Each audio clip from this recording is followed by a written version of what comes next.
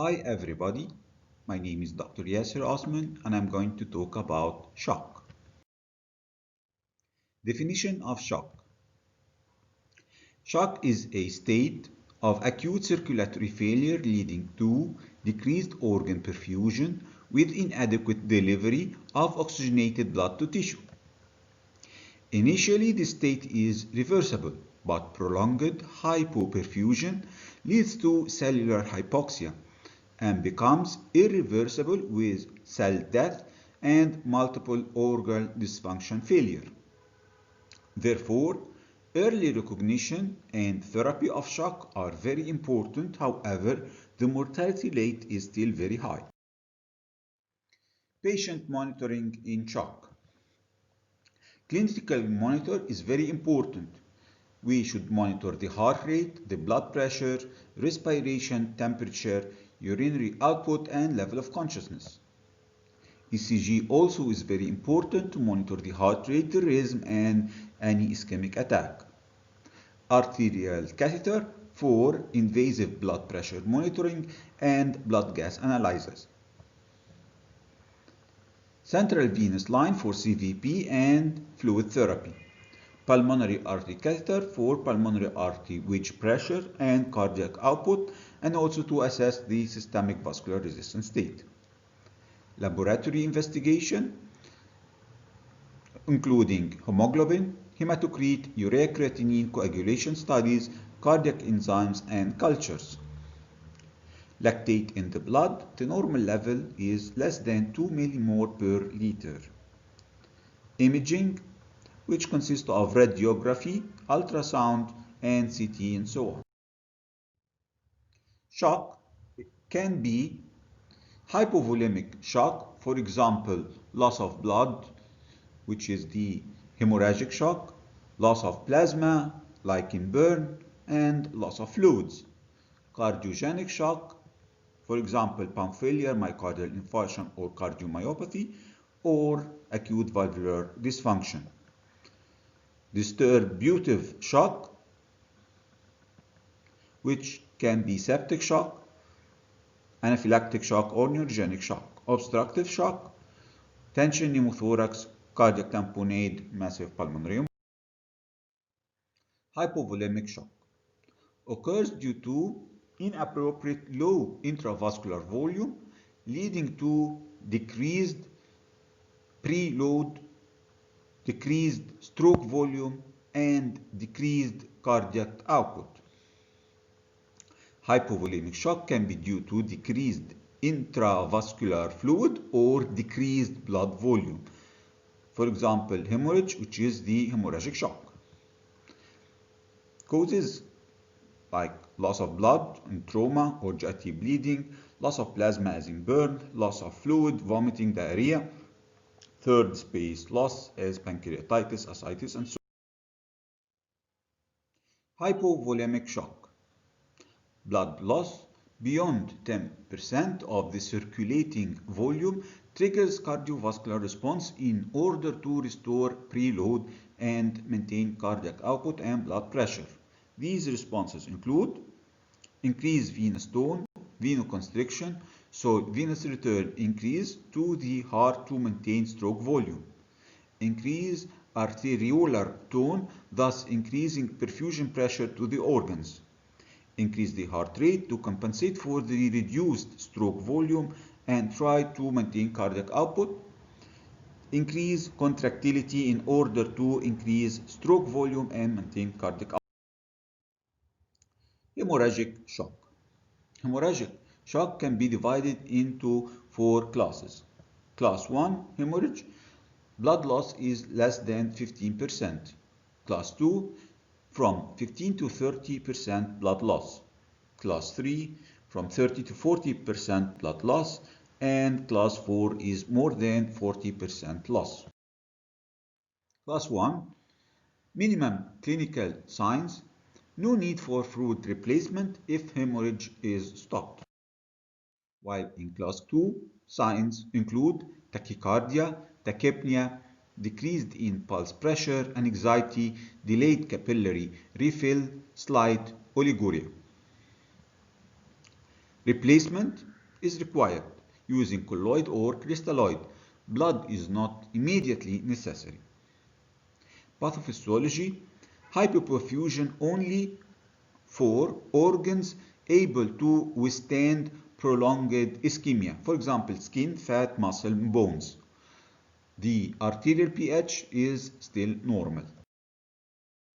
Class 3, hemorrhage. Signs: hypotension, tachycardia, pallor, tachypnea, delayed or absent capillary refill, confusion, significant oliguria or anuria. Replacement: immediate transfusion of 2 liters fluid is essential. Blood will be needed later. Pathophysiology, hypoperfusion of organs able to tolerate only brief ischemia, for example, liver, gut, and kidney. Metabolic acidosis is present in this case. Class 4. Signs of severe pallor, low or unrecorded blood pressure, marked tachycardia, drowsiness, gasping breathing, absent capillary refill. More than 50% of blood loss lead to unconsciousness and unrecorded blood pressure.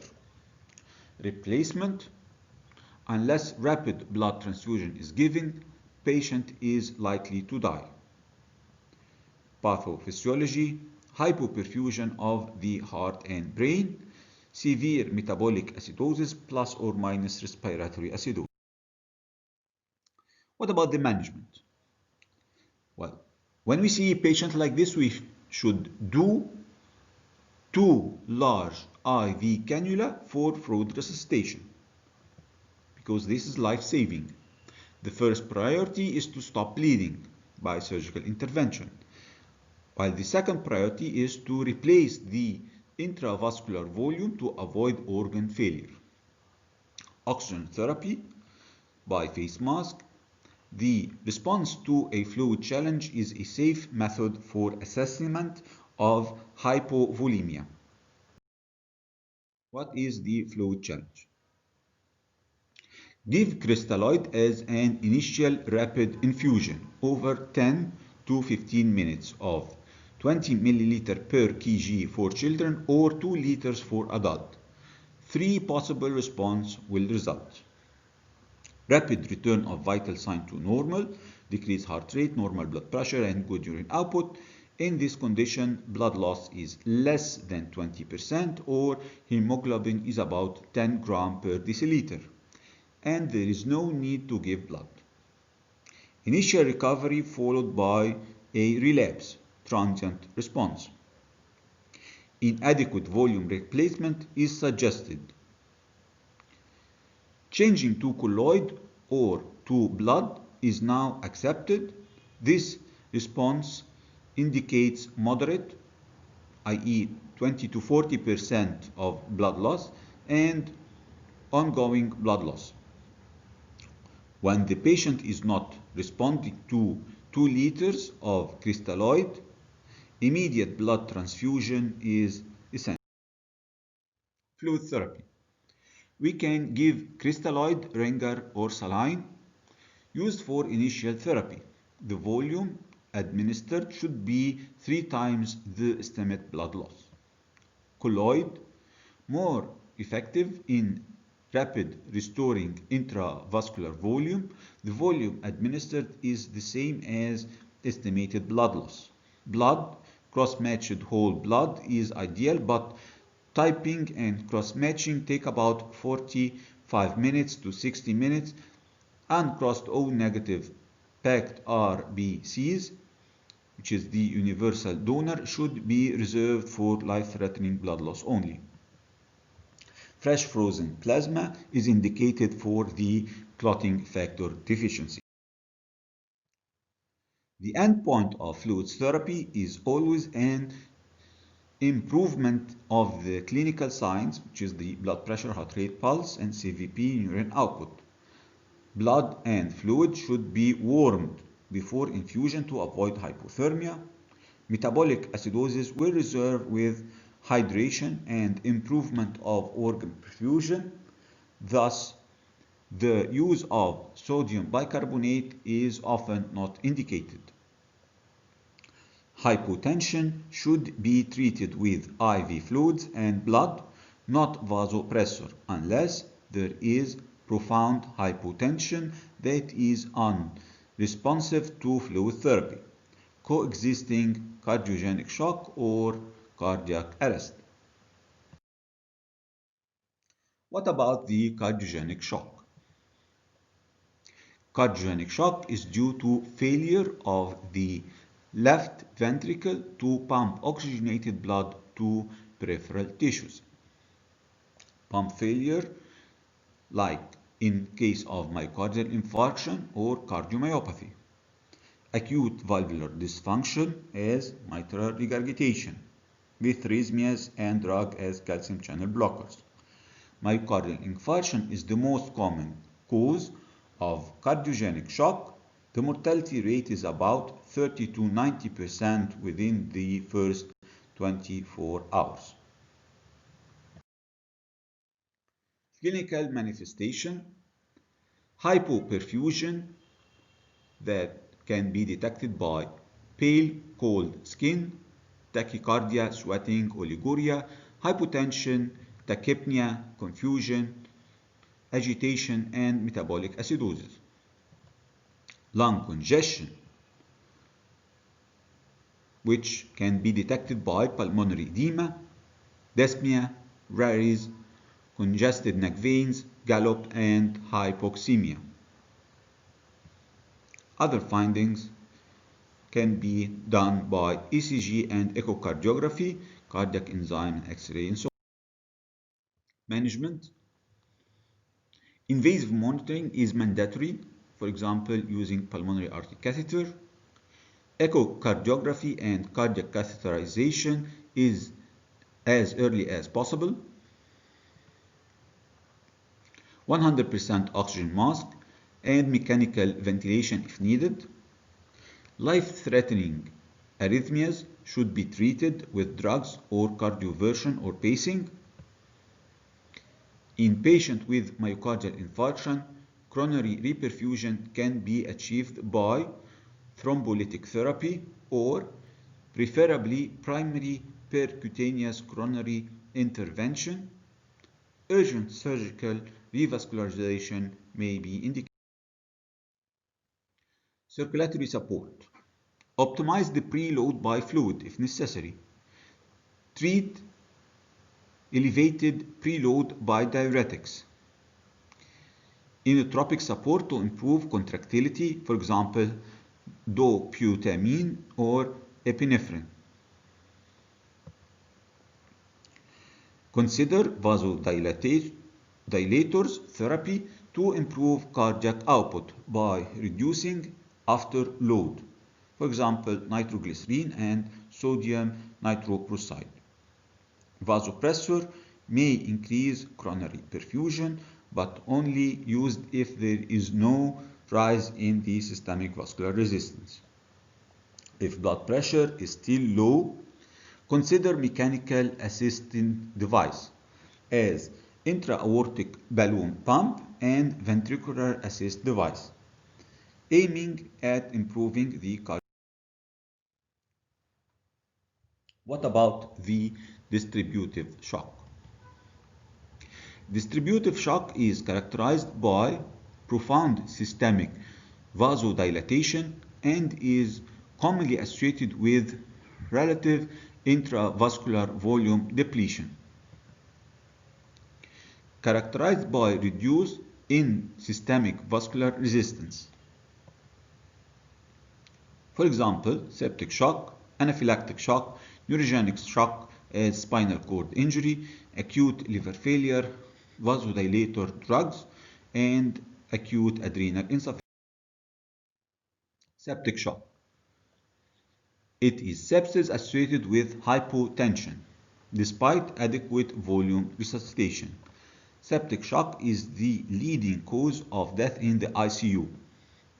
Mortality range from 40 to 60%. The gram-negative bacilli are the most common cause of septic shock.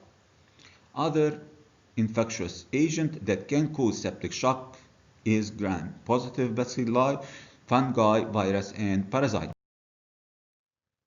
Pathophysiology. Once infection is established, endotoxin released into the systemic circulation and produce a direct action on the body immune system. Immunological interaction lead to production of mediators. Example, complement, oxygen-free radical, tumor necrosis factor, TNF, and nitric oxide. These mediators are thought to cause most of the three major components of septic shock. Vasodilatation, which leads to decreased systemic vascular resistance and hypotension. Generalized capillary damage and leakage, which lead to loss of the intravascular volume and hypotension. Disseminated intravascular coagulation due to the activation of the platelet and coagulation cascade, leading to cellular and tissue hypoperfusion, ischemia, and lactic acidosis. If not properly treated, multiple organ dysfunction failure will. Diagnostic criteria of sepsis. Infection, documented or suspected, and some of the following. General variables. For example, fever or hypothermia, tachycardia, tachypnea, altered mental state, hyperglycemia in absence of diabetes, inflammatory variables, leukocytosis or leukopenia, high plasma C-reactive protein, high plasma procalcitonin, hemodynamic variables, hypotension, mixed venous oxygen saturation more than 70%, and cardiac index more than 3.5 liter per minute per meter square. Organ dysfunction variables. Arterial hypoxemia, acute oliguria, creatinine increase more than 0.5 milligram per deciliter, coagulation abnormality, NR more than 1.5, thrombocytopenia, hepatic dysfunction, DIC, gastric stress ulcers, ileus, respiratory and renal failure are the leading cause of death. Tissue perfusion variables, hyperlactinemia, decreased capillary refill or mottling. Management of septic shock. Septic shock is a medical emergency that requires immediate and aggressive intervention. Control of infection as soon as possible by intravenous antibiotic without waiting for results of culture and sensitivity. Other management like drainage of abscess and debridement of necrotic tissues. Treatment of hypotension, adequate volume resuscitation. Crystalloid are more safe than colloid, which is the starch. If blood pressure not responding to this treatment, start norepinephrine. If blood pressure is not responding, add low dose vasopressin. If not responding, start dobutamine or epinephrine in patient with poor left ventricular function. Hematocrit should be maintained or at or above 24 to 30% to enhance oxygen delivery by packed RBCs. Severe metabolic acidosis should be corrected with sodium bicarbonate. Supportive treatment of complications such as respiratory and renal failure, GIT, bleeding, and DIC. Early goal-directed therapy. This concept is used to optimize oxygen delivery and started within the first 6 hours of severe sepsis and septic shock. Goals of this therapy are to maintain CVP between 8 and 12 mm mercury by fluids, maintain blood pressure between 65 to 90 mm mercury by vasopressor, and mixed venous oxygen saturation of at least 70% by red cells and inotropic agent to improve cardiac output. Early directed goal therapy was associated with reduced mortalities. Other measures for treatment of septic shock that should be considered: ventilatory support may be needed. Corticosteroids, they are of no benefit in treatment of septic shock. Hyperglycemia during sepsis is to be associated with increased adverse outcome, so a target blood glucose level of 140 to 200 mg per deciliter is recommended. Adequate early enteral nutrition, gastric ulcer prophylaxis, deep venous thrombosis prevention. Hyperbaric oxygen therapy can be used in gas, gangrene, and problem wounds. Obstructive shock is mechanical obstruction by a mass or pressure effect obstructing venous return to the right or left side of the heart that leads to reduced cardiac output. Clinical signs include narrow pulse pressure, distended neck veins, poor skin perfusion. No signs of left heart failure, so the clear lung fields. Causes of obstructive shock. Most causes of this shock can be identified immediately by non-invasive techniques such as ECG, chest X-ray, and echocardiography. Causes: tension pneumothorax, cardiac tamponade, massive pulmonary embolism, right ventricular infarction. It is critical to exclude any obstructive causes of shock because obstructive causes of shock have specific therapy such as pericardiocentesis for cardiac tamponade that may quickly relieve the obstruction and reverse the shock. Second, the most important, shock due to obstructive mechanism may rapidly progress to pulseless cardiac activity, a state which carries a very poor prognosis. Management is directed to urgent removal of the obstruction. Tension pneumothorax, immediate decompression by chest tube placement, as we can see in the right picture. Cardiac tamponade, removal of blood or fluid by pericardiocentesis. Pulmonary embolism, thrombolysis and embolectomy. Right ventricular infarction, volume loading, inotropic support, and thrombolysis, and angioplasty. Thank you. I hope you enjoyed this lecture.